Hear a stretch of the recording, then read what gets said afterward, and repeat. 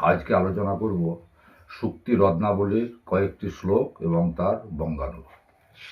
Number 1, উদ্যমেন হি সিদ্ধন্তি কার্যাণি ন মনোরথৈ ন হি সুপ্তস্য সিংহস্য প্রবিশন্তি মুখে মৃগা।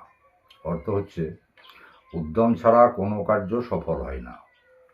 যেমন ঘুমন্ত সিংহের মুখে হরিণ কখনোই নিজে থেকে আসে না, উদ্যমের দরকার।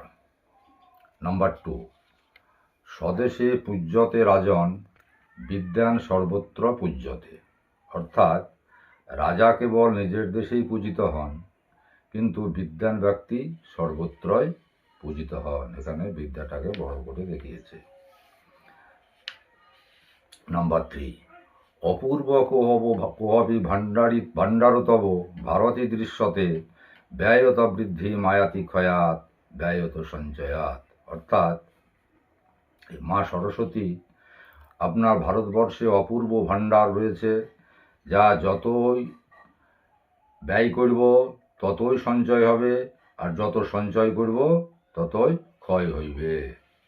নাম্বার 4, যস্য নাস্তি স্বয়ং প্রজ্ঞা শাস্ত্রং তস্য করসি কিম লোচনাভ্যাম বিভিন্নস্য দর্পণ কিং করিষ্যামি।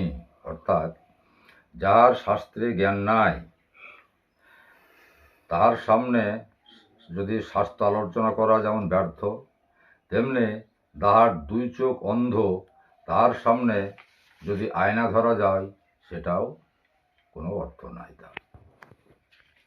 নাম্বার 5, দুর্জন প্রিয় বাদিচন এতদ বিশ্বাস কারণম মধু তিষ্ঠতি জিহ্বাগ্রে হৃদয়ে তু হলাহলম।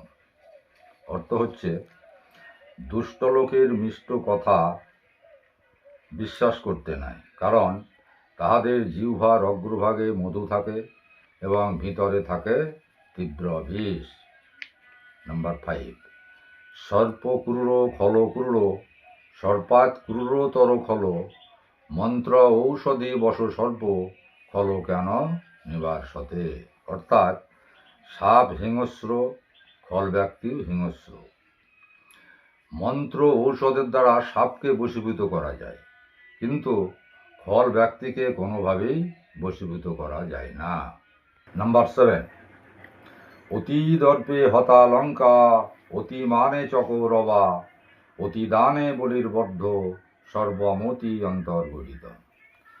অর্থ হচ্ছে, অতিরিক্ত অহংকারে লঙ্কা ছারখার হয়েছিল, অতিরিক্ত অহংকারে কৌরবগণ ধ্বংস হয়েছিল, তাই অতিরিক্ত সমস্ত কিছুই পরিণামে কুফল দান করে।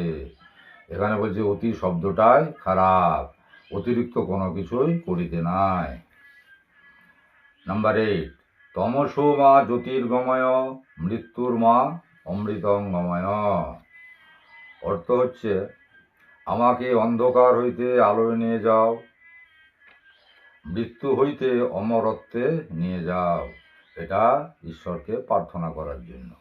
নাম্বার 9, অলসস্য কুতবিদ্যা চাবিদস্য কুতধনম অধনস্য কুতমিত্রম মিত্রস্য কুতসুখম। অর্থাৎ যে ব্যক্তি অলস হয় তার বিদ্যা হয় না, আর যাহার বিদ্যা হয় না তার ধন নাই, আর যার ধন নাই তার বন্ধু নাই, যার বন্ধু নাই তার জীবনে সুখ নাই। নাম্বার 10, পণ্ডিতে চ গুণাস সর্বমুখে দোষাহি কেবলম তস্মানো মূর্খ সহস্রেব্য প্রাজ্ঞ এক বিশিষ্যতে। অর্থ, 100 মূর্খ পুত্রের চেয়ে একটা গুণী পুত্র ভালো। যেমন একটা সূর্য গোটা জগৎকে আলোকিত করে, কিন্তু সকল তারা মিলে তা পারে না। নমস্কার, আজকে এই পর্যন্ত।